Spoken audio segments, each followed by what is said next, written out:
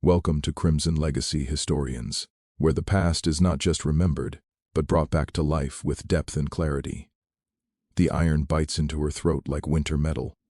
Bernice is 29 years old, and with every breath she feels the collar tighten, a constant reminder that air itself is now a privilege Rome allows her. The metal tastes of rust and something older, dried blood layered from dozens of necks before hers. She knows this collar has been worn by many. None of them were remembered kindly. 17 days ago she was queen of Cappadocia, ruler of a kingdom that had resisted Rome for 3 centuries, commander of armies that held the legions at bay for 7 relentless years. She was the woman who met Emperor Tiberius's envoy without lowering her gaze, and swore her land would burn before it knelt. Now she kneels on cold stone inside a Roman camp. Her wrists are chained behind her back. Her hair has been hacked down to rough stubble. Roman precaution. Long hair, they say, is a weapon, something a captive queen might use to deny them their spectacle. Around her the camp wakes, orders crack through the air in sharp Latin. Horses stamp, armor clatters. Supplies are loaded for the march west, the road to Rome, the road to triumph. The cell stinks of urine, old straw, and decay. The body that rotted here before her was dragged out 3 days ago. The smell stayed. Rome never rushes disposal. A guard stands outside the bars, watching. His gaze is not desire, it is inventory, assessment, the same cold calculation she has endured since her capture, what she is worth, how long she must last, what condition she must be in when Rome finally puts her on display. She is beginning to understand something essential. The triumph is not the punishment. The triumph is theater. A single day of humiliation.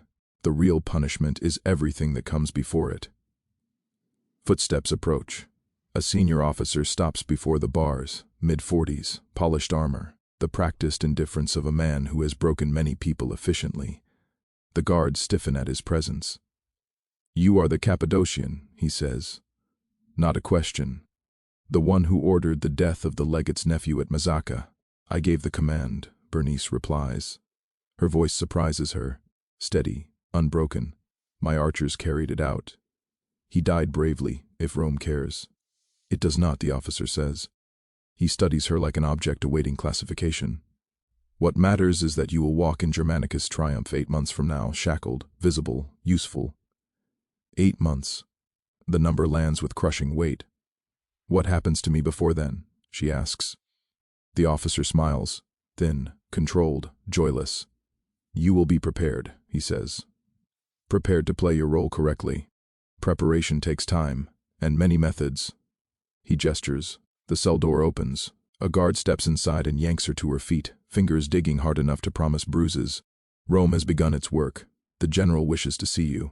The officer says he has specific plans for the Cappadocian queen. You should feel honored.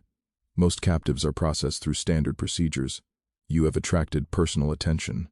Personal attention. The words carry weight that Baron does not yet fully understand, but that makes the guard's grip on her arm seem almost gentle by comparison.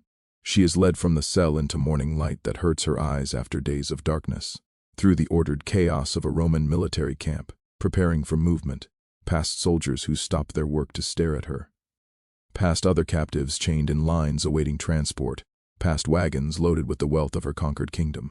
She sees her crown in one of those wagons, the diadem she wore when she addressed her people, when she led her army, when she believed that courage and determination could hold back the greatest military power the world had ever known.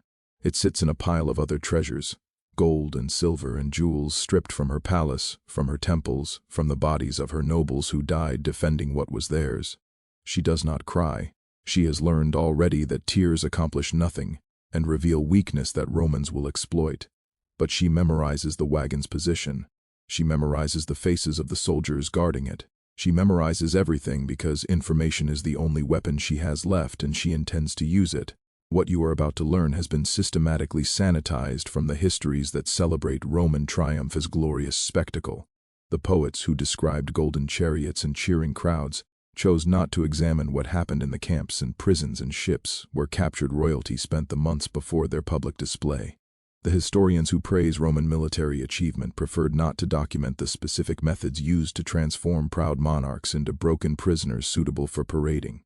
Tonight you will learn what the triumph actually required, not the single day of public celebration that the textbooks describe, but the months of preparation that preceded it. You will learn what Roman soldiers did to captured queens, kings, and princes during the long period between capture and display.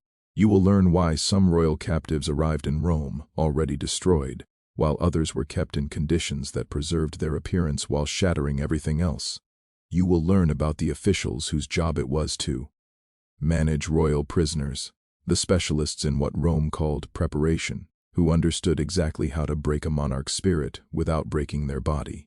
You will learn about the hierarchy of captives, why some were destined for execution after the triumph, while others were permitted to survive, and what determined which fate a prisoner received.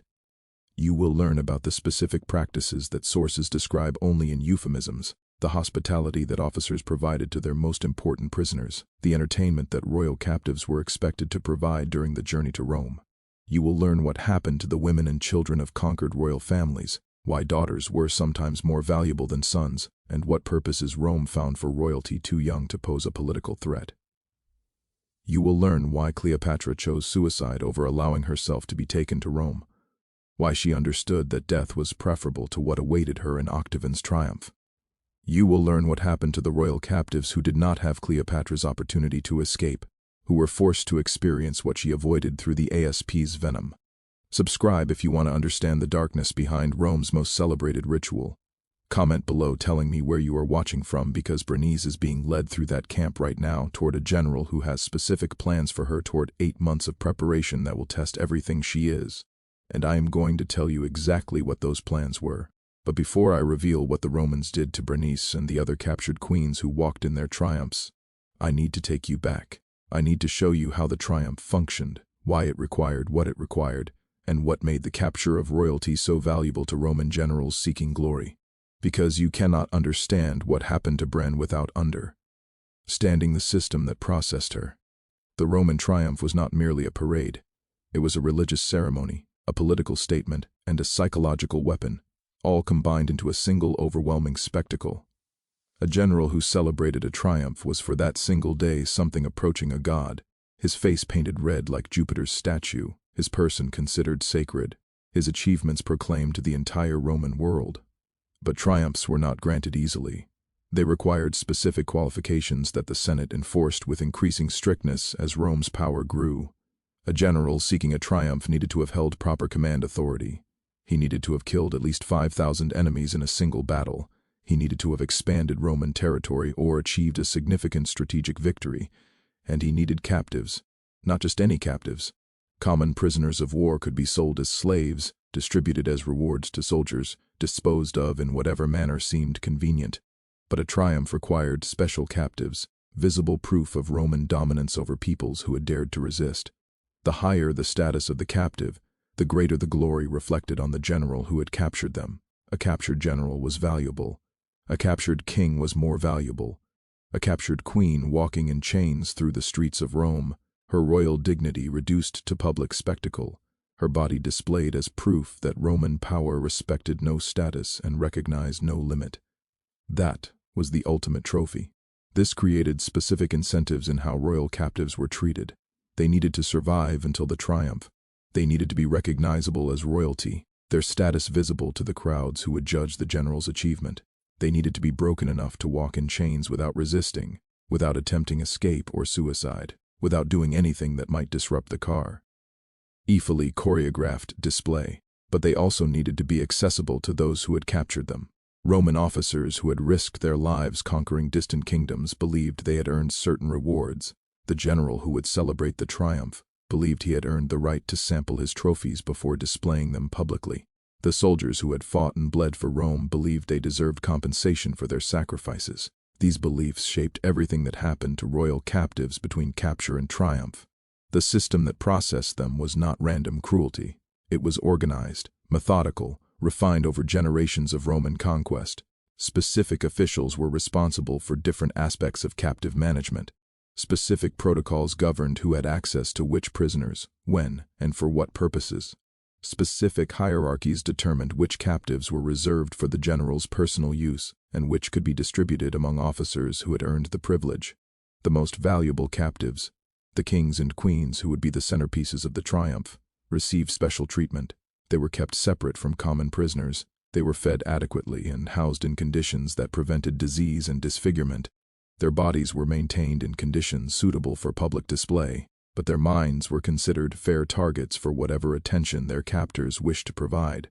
A queen who arrived in Rome too broken to walk would be useless. A queen who arrived still defiant, still proud, still displaying the royal dignity that had characterized her reign, would fail to demonstrate Roman dominance. The ideal captive was someone visibly royal but visibly defeated, someone whose bearing showed that they had been a monarch, but whose eyes showed that they understood they were now property. Achieving this balance required expert eyes. It required time. It required the 8 months between capture and triumph that Bones was about to experience, and it required men who understood how to break royalty without destroying them. The general's tent was larger than the house Bernice had grown up in before she became queen. Silk hangings covered the canvas walls. Carpets from Persia cushioned the floor. Furniture that would not have been out of place in a Roman senator's villa was arranged around a central space where braziers burned sweet-smelling wood despite the morning warmth. Gas dramaticus Julius Caesar sat behind a desk covered with maps and dispatches, the morning light from an open tent flap illuminating features that Bones had seen on coins and statues throughout the eastern Mediterranean. He was younger than she expected, perhaps 35, with the athletic build of someone who had spent his life on campaign. His expression was intelligent, calculating, and utterly without mercy. "The Queen of Cappadocia," he said. His voice was pleasant, cultivated, the voice of a man raised in the highest circles of Roman society. "I have been looking forward to meeting you. Your resistance cost me 2 years and 11,000 soldiers. That is not something I forget." "I was defending my kingdom," Berenice replied. "You were invading it. We both did what our positions required. Your kingdom no longer exists. Cappadocia is now a Roman province. Your nobles are dead or enslaved. Your army is destroyed. Your treasury is packed in wagons for transport to Rome. Everything you were, everything you represented has been erased from the world." He paused, letting the word settle. "Except you. You kept me alive for the triumph. I kept you alive because you were the most valuable thing I captured in 7 years of war. A queen who defied Rome for nearly a decade, who killed Aligaut's nephew, who made speeches comparing herself to Boudicca, and promising to drive the legions into the sea. When you walk in my triumph, chained and broken, everyone in Rome will understand what I have accomplished." And after the triumph, Germanicus smiled. It was the smile of a man discussing an interesting problem, not a human life. "That depends on many factors. Your behavior during the coming months, your value as a political symbol, your usefulness for other purposes." He gestured, and a servant appeared with wine. The general drank without offering any to Bren. "You should understand something about your situation. You are no longer a queen. You are no longer a person in Roman legal terms. You are property of the Roman state, temporarily assigned to my custody until the triumph is completed. I understand." "I do not think you do. Not yet."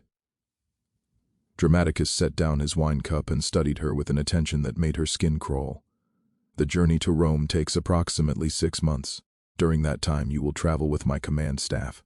You will be housed in conditions appropriate to your status as a valuable captive. You will be fed adequately, clothed appropriately, maintained in conditions suitable for display." "That sounds reasonable." "It does, doesn't it? But there are other aspects of your captivity that I have not yet mentioned. Aspects that concern your role during those 6 months beyond simply existing as cargo." He rose from behind the desk and approached her. The guard who had been holding her arms stepped back, leaving her standing alone before the most powerful man in the Eastern Roman Empire. "You cost me 2 years, Germanicus said. "You cost me 11,000 soldiers. You cost me the life of a man whose family has influence in the Senate. These are debts, and I believe in paying debts. What do you want from me for now? I want you to understand that your situation is entirely within my control, that your survival until the triumph is not guaranteed, merely likely if you prove cooperative. That there are many ways this captivity can proceed, some more painful than others, and that you will determine which path we take by your behavior." He was close enough now that she could smell his breath, wine, and something underneath that might have been the cinnamon Romans used to freshen their mouths. His hand rose and touched her face, a gentle gesture that carried absolute threat. "Tonight you will dine with my officers." He said, "You will be dressed appropriately, presented appropriately, and you will behave appropriately. This dinner will be an opportunity for you to demonstrate your understanding of your new position. Do you understand? Bernice understood. She understood exactly what dinner with Roman officers would involve for a captive queen with no protections and no recourse. I understand, she said. Good. Germanicus stepped back. The moment of intimacy concluded. You will be assigned a minder, a centurion named Marcus Cornelius. He will be responsible for your care and preparation. He will explain the details of what is expected from you. Obey him as you would obey me. A guard led her from the tent. Behind her, she heard Germanicus already dictating a letter, her existence already forgotten as he moved on to other business. She was a possession, a trophy, a prop for someone else's glory. And tonight she would learn what that meant in practice. The centurion Marcus Cornelius was not what Bernice expected. He was perhaps 40 years old, with the weathered face and scarred hands of a career soldier, but his eyes held something that the other Romans she had encountered lacked. Not kindness exactly, something more complicated. Awareness, perhaps. Recognition that the prisoner in front of him was a human being, rather than merely a category.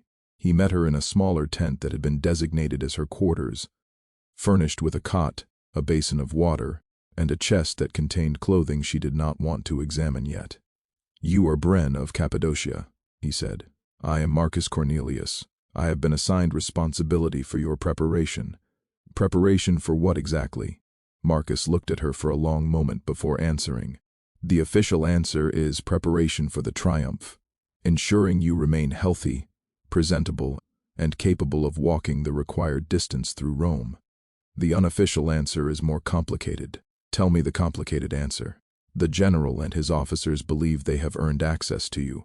They believe that the conquest of your kingdom entitles them to your person as well as your treasury.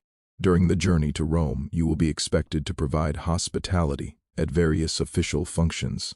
He said the word hospitality with a precision that made clear he was using it as a euphemism, that both of them understood what it actually meant. And if I refuse, there is a man named Gaius Varro. He is a prefect who specializes in managing valuable captives. His methods are effective at producing compliance. They are also damaging, sometimes permanently. The general prefers to preserve your value for the triumph. But if you prove uncooperative, Varro will be given authority over your preparation. What are his methods? Marcus was silent for a moment. When he spoke, his voice was carefully neutral. Varro believes that royal captives need to be taught their new status through direct experience. He uses techniques designed to break resistance quickly. The captives he prepares rarely survive long after the triumph. Those who do survive are not themselves afterward. And you, Bones asked, what are your methods? I prefer captives who survive. I prefer cooperation achieved through understanding rather than destruction. I explain the situation honestly, outline the options available, and allow the captive to make informed choices. He met her eyes directly. You have no good options. Everything available to you is terrible. But some options are less terrible than others. Choosing wisely may allow you to preserve something of yourself through what is coming. This was more honesty than Bernice had expected from any Roman. It was also more dangerous in its way. A captor who saw her as human was one she might influence. A captor who admitted complexity in the situation was one she might manipulate. She filed this information away, another weapon in the small arsenal she was building. What do you recommend? She asked. Cooperate at the dinners. Endure what the officers require. Do not resist in ways that trigger Var's involvement. Preserve your health, your sanity, and your will to survive until the triumph. After the triumph, other possibilities may exist. What possibilities? Some captive royalty have survived their triumphs. Some have been permitted to live in comfortable exile. Some have even been restored to client status, ruling their former territories as Roman puppets. These outcomes are rare, but they exist. If you can remain valuable to Rome in some way beyond the triumph itself, you may have a future. A future. The word seemed almost absurd in her current situation, but Marcus spoke it as if it were real, as if planning for a future beyond captivity were not merely delusion. Why are you telling me this? Bones asked. Why explain options to a prisoner you're supposed to be preparing for humiliation? Marcus did not answer immediately. When he did, his voice carried something she had not heard before. I have been doing this work for 15 years. I have prepared 17 royal captives for triumphs. 11 of them died within a year of their procession through Rome.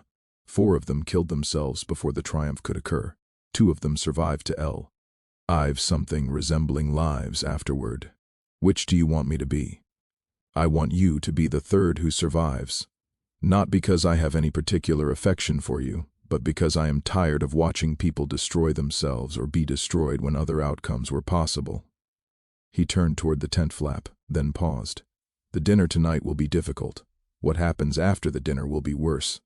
But if you can endure it, if you can find a way through the next 8 months without breaking completely, you may emerge from this alive. That is worth something. That is worth enduring considerable horror to achieve. He left her alone with the clothing in the chest and the knowledge of what the evening would bring. Now I need to tell you something about the Roman triumph that the standard histories omit.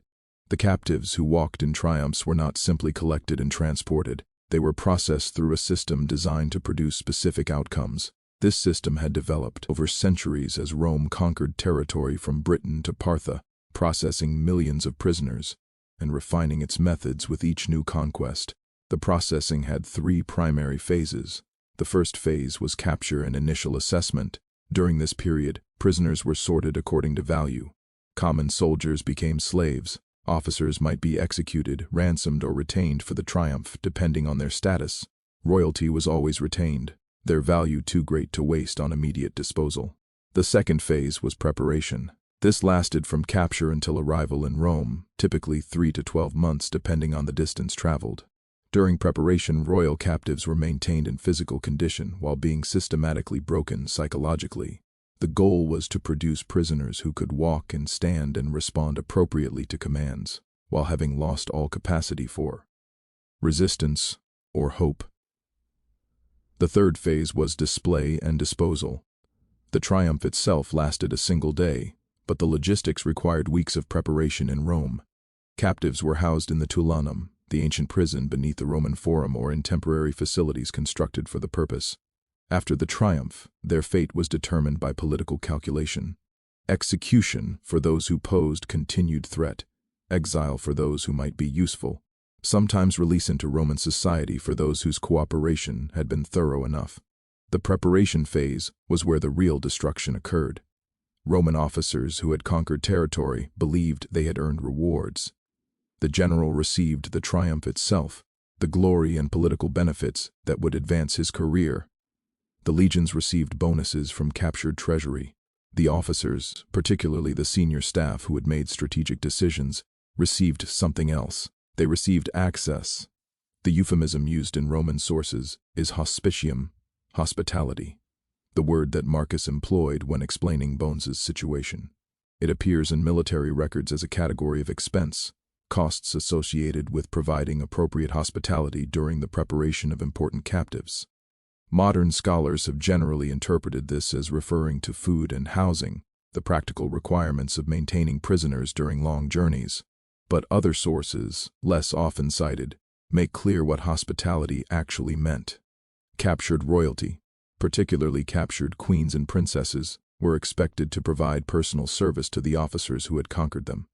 This service began with dinner attendance, progressed through what the sources call entertainment, and culminated in private sessions that the records do not describe directly, but that left unmistakable traces in the pregnancy records and disease reports that survey. In military archives, the service was not optional. Refusal triggered escalation to specialists like the gas varo that Marcus described, men whose methods produced compliance at the cost of the captive's long-term survival. Most captive royalty learned quickly that cooperation, however degrading, was preferable to the alternative.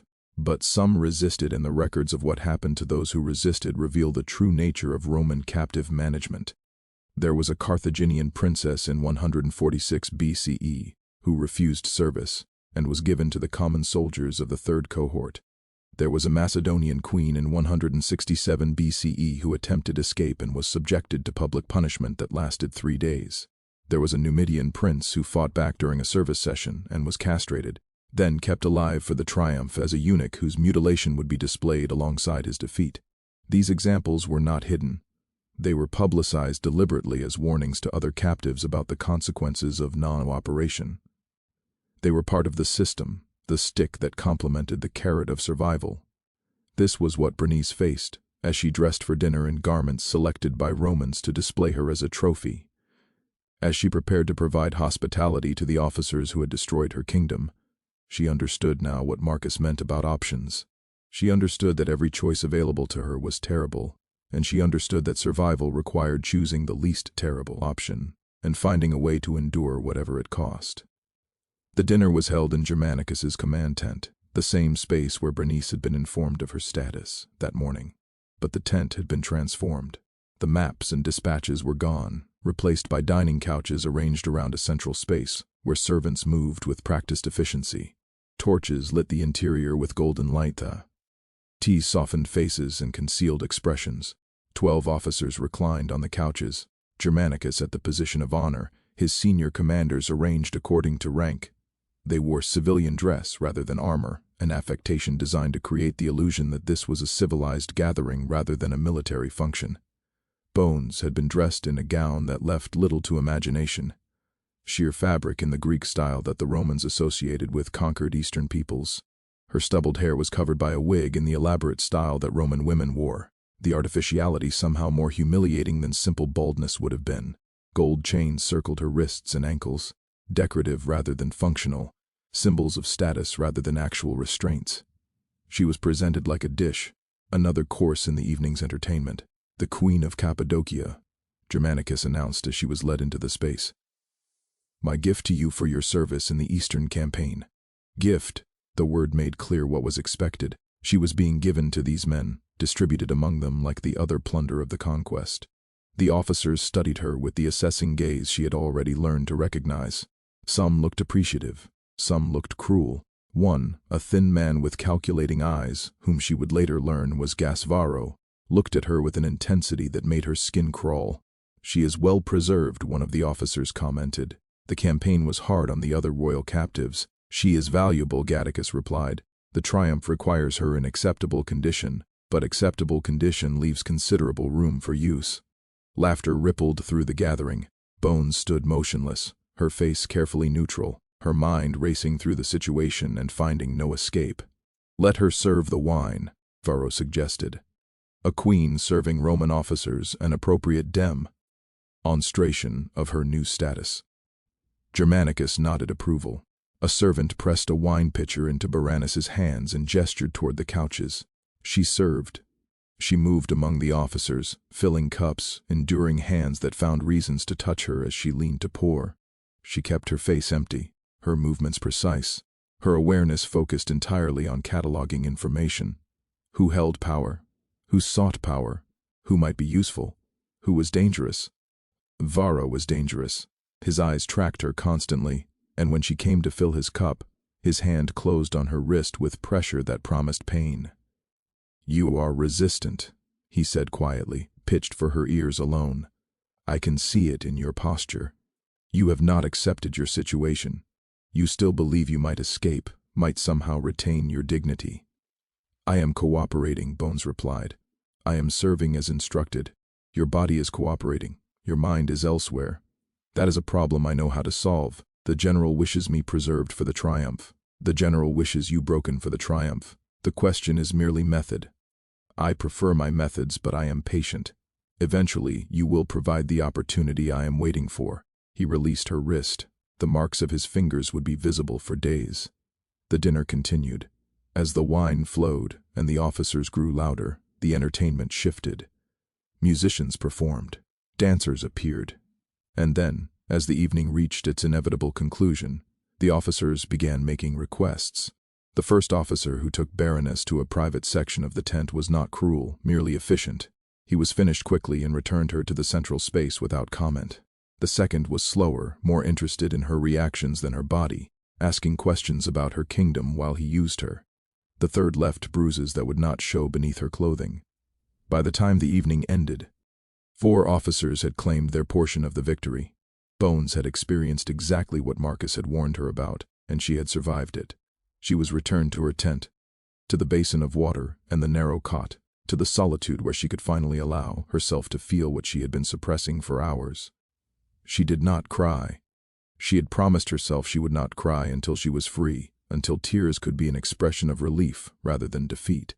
But she allowed herself to plan. Marcus appeared the next morning with breakfast and a physician. The physician examined her professionally, checking for injuries, applying salve to the bruises, asking questions about pain and bleeding that Berenice answered with the same clinical detachment. "She is intact," the physician reported to Marcus. "Minor damage, nothing that will affect her presentation. She should be fit for service again within 2 days." Service. Another euphemism. Bonnie was learning the vocabulary of her captivity, the civilized language Romans used to describe univilized things. When the physician left, Marcus sat down on the chest that contained her clothing and studied her with an expression she could not read. "You survived," he said. "Was there doubt?" "There is always doubt. Some women break during the first dinner. They resist, they fight. They trigger responses that damage them beyond repair. You did not. I am not interested in being damaged beyond repair. I am interested in surviving." "Good.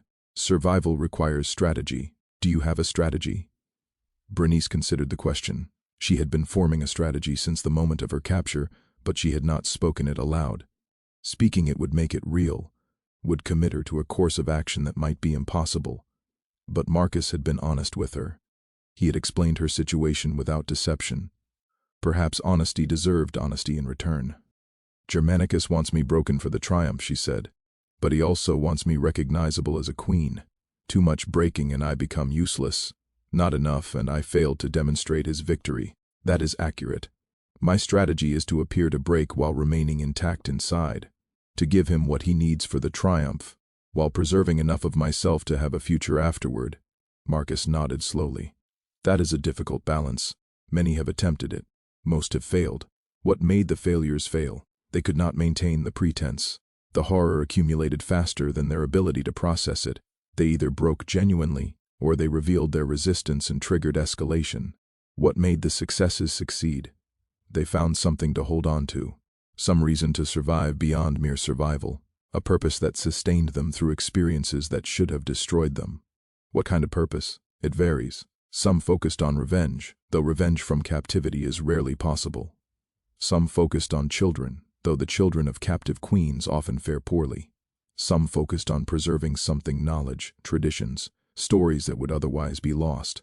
Berenice thought about her kingdom, now a Roman province, her nobles dead or enslaved, her treasury packed in wagons, her culture already being erased by Roman administrators who would rename her cities and replace her temples. "My kingdom is gone," she said. "My children are dead. My son was killed in the siege. My daughter was taken, and I do not know where. I have no revenge to take, no legacy to preserve, nothing except myself." "Then you must find something else." Marcus rose from the chest. "You have time. The journey to Rome takes 6 months. During that time you will endure dinners like last night, perhaps once per week. Between dinners you will travel, you will observe, you will think. Use that time to find your purpose, and if I cannot find one, then you will break eventually. Not today, not tomorrow, but somewhere during the months ahead. The weight becomes too heavy if there is nothing to carry it for." He left her with that warning and the remains of her breakfast. She ate mechanically, her mind working through the problem he had posed. She needed a purpose. She needed something worth surviving for. She did not have one. Not yet, but she had 6 months to find one. The journey west began 3 days after the dinner. The army moved in disciplined columns, thousands of soldiers, hundreds of wagons and a train of captives that stretched for nearly a mile. Berenice traveled in a covered wagon that offered protection from sun and rain, while reminding her constantly that she was cargo. The wagon was comfortable by military standards, cushions to sit on, canvas walls that provided privacy, water, and food available, but it was still a prison on wheels, moving inexorably toward Rome. She was not alone in the wagon. 3 other captives shared the space, 2 women from Cappadocian noble families, and a girl of perhaps 12, who had been a princess before the conquest. They had all survived the first dinners. All learned the vocabulary of survival that captivity required. The older women were already broken in the ways that mattered. They complied without resistance, served without complaint, spoke of the future as if it were a foreign country they would never visit. They had accepted their status, internalized it, become what Rome wanted them to be. The girl, whose name was Ariadne, was different. She watched everything with eyes that missed nothing, remembered everything, calculated constantly. She reminded Bernice of herself at that age, before she became queen, before she learned to hide her intelligence behind appropriate feminine modesty. "You were planning something," Ariadne said one afternoon, when the older women were sleeping, and the wagon's motion had settled into a steady rhythm. "What makes you think that? You look at everything like you are memorizing it. The guard schedules, the positions of the wagons, which officers have authority over which prisoners. You are collecting information." Berenice considered denying it, but the girl was perceptive, and deception would only teach her not to trust, which might damage her chances of survival. "I am collecting information," Bones admitted. "I do not yet know what I will do with it, but information is the only resource I have, so I gather it. Can I help?" "What do you know how to do?" "I know how to listen. Soldiers talk around me like I am furniture. They say things they would not say if they remembered I could understand Latin." "What kind of things?" "One of the centurions is stealing from the baggage train. Another is having an affair with the general secretary. A third has gambling debts that he cannot pay." Ariadne listed the information with precision. "I do not know if any of it is useful, but I have been collecting it like you." Bones felt something shift in her chest, a warmth she had not expected to feel again. This girl was smart, observant, potentially valuable. She was also young and vulnerable, and likely to be destroyed by what awaited her in Rome. Perhaps that was the purpose Marcus had told her to find. Not survival for its own sake, but survival for someone else's sake. Protecting this girl who reminded her of herself, who had the same intelligence and determination, who might have a future if someone helped her navigate the coming horror. "Keep collecting," Bones said. "Tell me what you learn. Together we may be able to use it." Ariadne nodded, her expression serious beyond her years. "What are we trying to achieve?" "I do not know yet, but I am starting to believe we might achieve something." It was not much of a purpose. It was barely the beginning of a plan, but it was something to hold on to, something worth surviving for. For the first time since her capture, Bones felt something that might have been hope. The journey continued. The dinners continued. The systematic exploitation of captive royalty continued. Each event another horror to be endured, another night to survive, another step toward a future that might or might not exist. Bernice learned the officers' names, their preferences, their weaknesses. She learned who was ambitious and who was satisfied, who resented Germanicus and who worshipped him, who might be useful and who was simply dangerous. Gaisvaro remained the greatest danger. He watched her constantly, waited for any sign of resistance that would justify transferring her to his authority. She gave him nothing, performed her required service without complaint, maintained the appearance of submission that kept him at bay. But she was not submitting. She was observing, planning, building a map of the social terrain she would need to navigate. Marcus continued his role as her minder, their conversations becoming longer as the journey progressed. He told her about his family in Italy, a wife and 2 sons he had not seen in 3 years. He told her about his career, 20 years of military service that had taught him everything about the Roman system, and left him deeply ambivalent about what he had participated in. "Why do you do this work?" Bernice asked one evening, 3 months into the journey. "If you have doubts about it, why continue?" "Because the work will be done regardless. If not by me, then by someone like Varro, who would do it with enthusiasm rather than ambivalence. At least with me, some captives survive. At least with me, there is someone who sees them as human. That is not much comfort. It is not meant to be comfort. It is meant to be honest. I cannot change the system.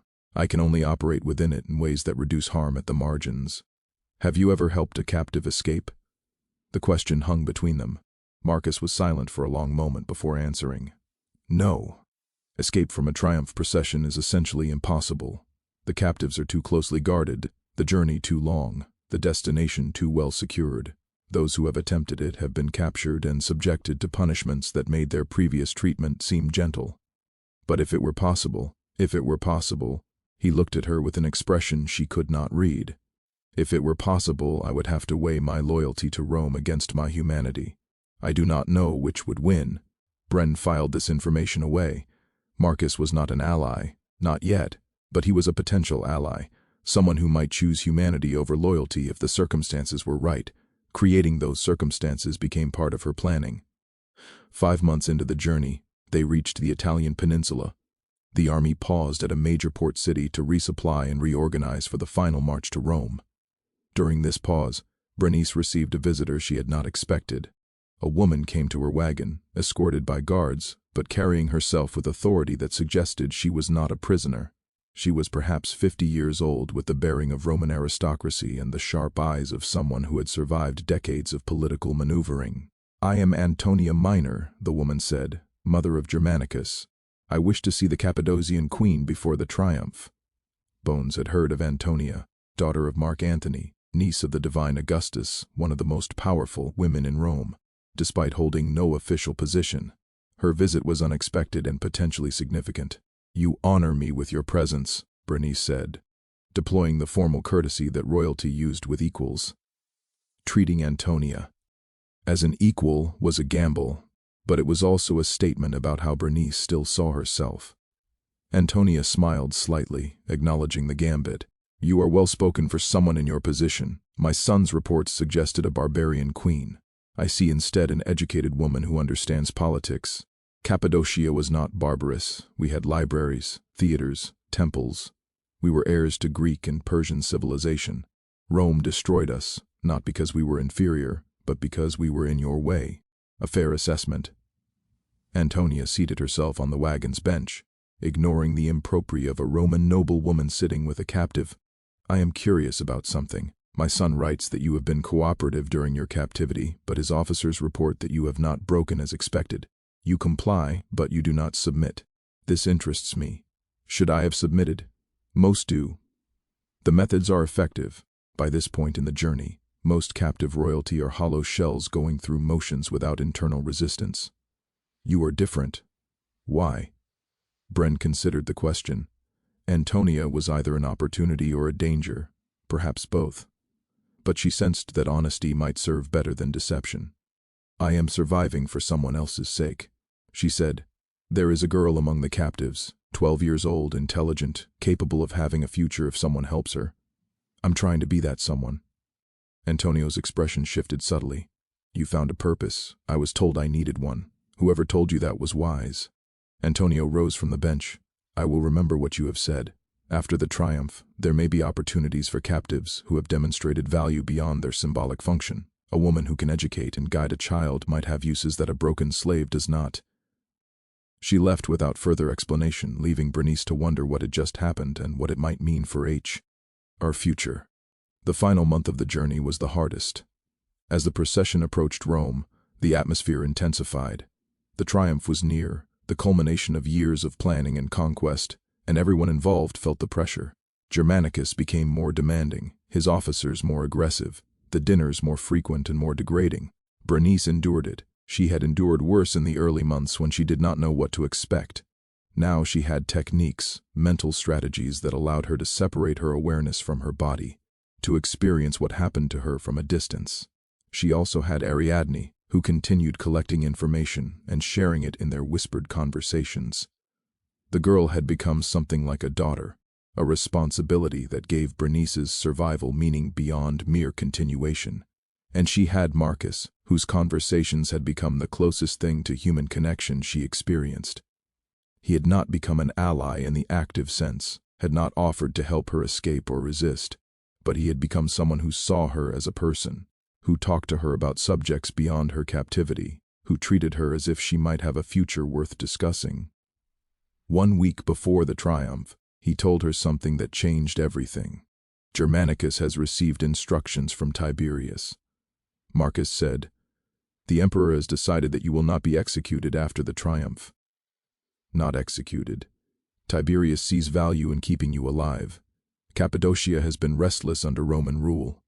A former queen who has been seen to accept Roman authority, who lives comfortably in Rome as evidence that submission is rewarded, might be useful for pacifying continued resistance. I would be a symbol, a demonstration that collaboration is better than resistance. Yes, you would live in a comfortable household, probably with one of the senatorial families who support the MP.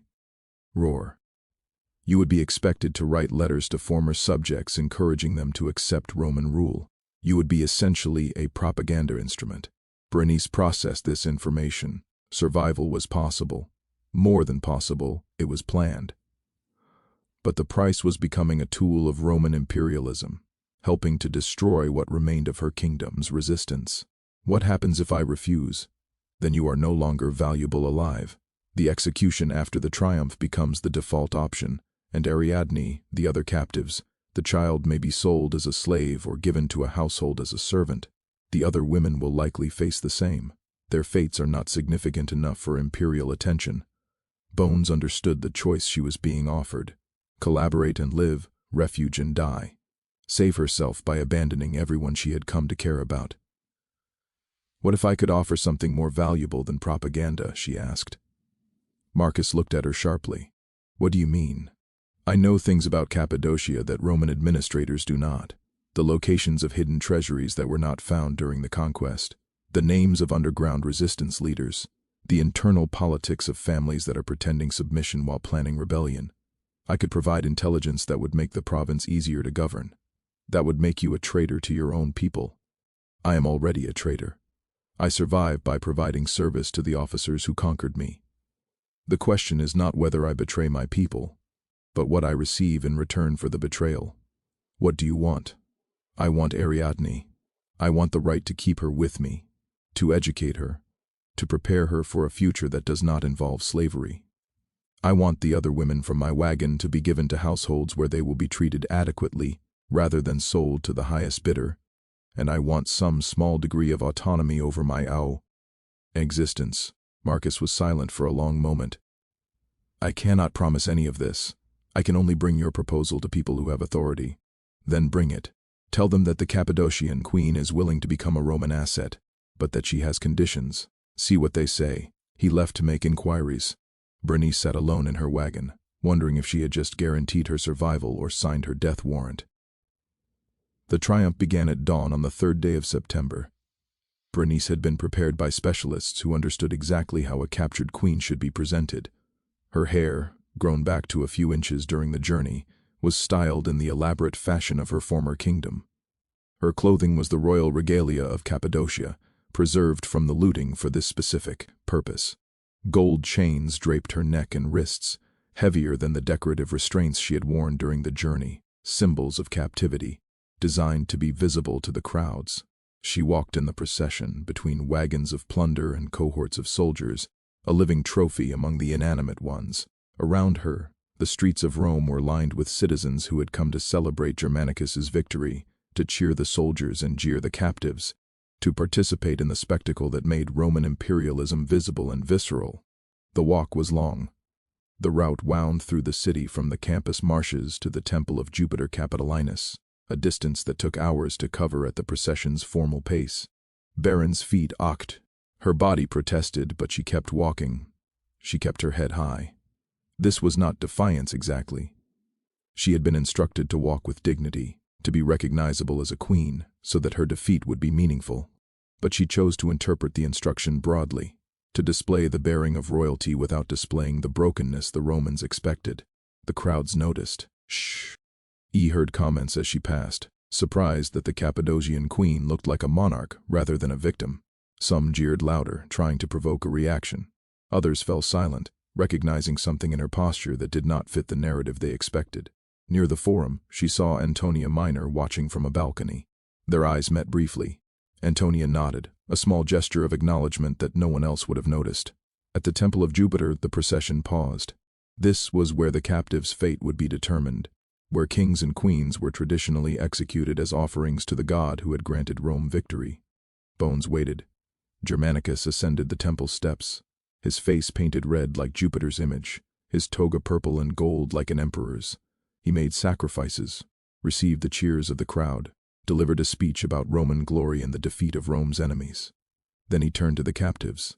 The Queen of Cappadocia has demonstrated her acceptance of Roman authority, he announced. She has offered to serve Rome's interests in her former territory. The emperor, in his wisdom and mercy, has decreed that she shall live. The crowd murmured, surprised by mercy, in a ritual that usually ended in execution. She will be placed in the household of Antonia Minor, my mother, where she will serve as evidence that Rome rewards submission as it punishes resistance. Her cooperation in the administration of Cappadocia will be an example to all who consider defying Roman power. It was done. She had survived. The soldiers led her away from the temple, away from the crowd, away from the spectacle. Behind her, other captives were not so fortunate. She heard cheers that indicated executions were proceeding as planned for those who had not found ways to make themselves valuable. But she was alive. And somewhere in the crowd, Ariadne was watching. Wait. To learn if Baron's promises could be kept. The household of Antonia Minor was not what Bernice expected. It was comfortable, certainly. A villa on the Palatine Hill, staffed by slaves and freed men who treated her with a difference due to an honored guest rather than a conquered enemy. She had her own rooms, her own servants, her own small degree of autonomy within the larger structure of Captivity. But it was also a political operation. Antonia used Brenna's knowledge of Cappadocia to influence Roman policy toward the province. The intelligence Bernice provided about hidden treasuries and resistance networks was acted upon. Roman soldiers arriving at locations Bernice had identified to seize assets and arrest leaders. Her betrayal was systematic, thorough, and impossible to deny. She told herself she had no choice. She told herself she was trading lesser evils for greater goods. She told herself that the people she was betraying would have been found eventually, that her information only accelerated an inevitable process. She did not entirely believe herself, but she kept Ariadne.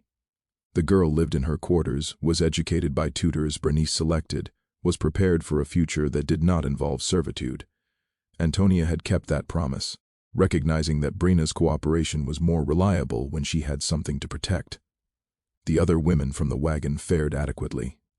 They were placed in households where Antonia had influence, treated as servants rather than slaves, given work that was hard but not degrading. It was not freedom, but it was survival. Marcus Cornelius visited occasionally. His military duties had ended with the triumph, and he had returned to his family in Italy, but he found reasons to come to Rome to check on the captive he had shepherded through months of horror. "You survived," he said during one of these visits, the words echoing what H.E. had said after her first dinner with the officers. "I survived. Is that enough?" "That depends on what you do with survival. Some survivors become hollow, living without purpose now that the crisis has passed. Others find new purposes, new reasons to continue. Which are you?"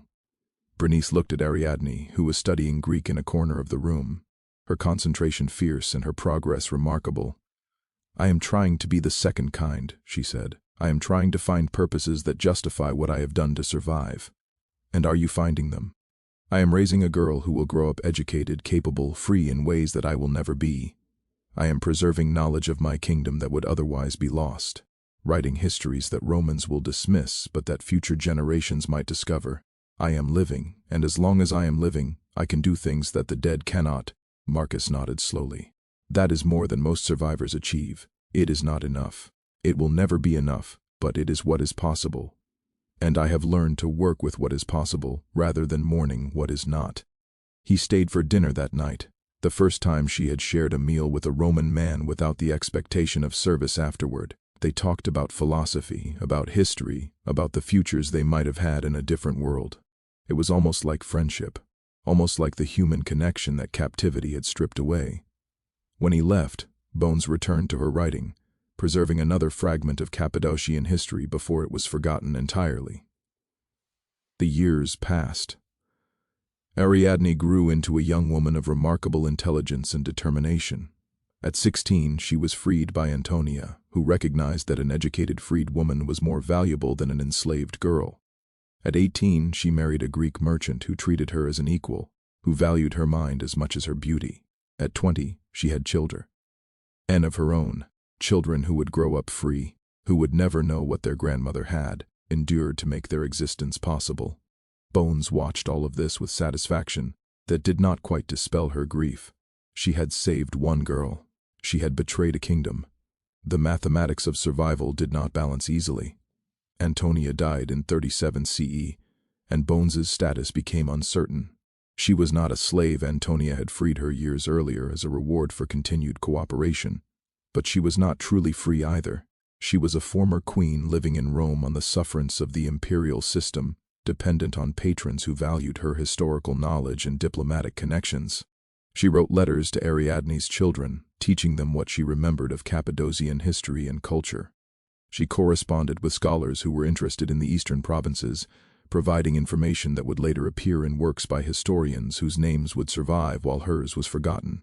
She lived quietly, obscurely, a remnant of a world that Rome had destroyed. Marcus visited when he could. He had retired from the legions after 30 years of service, settled on a farm in Campa, become the kind of peaceable old man that his younger self would have despised.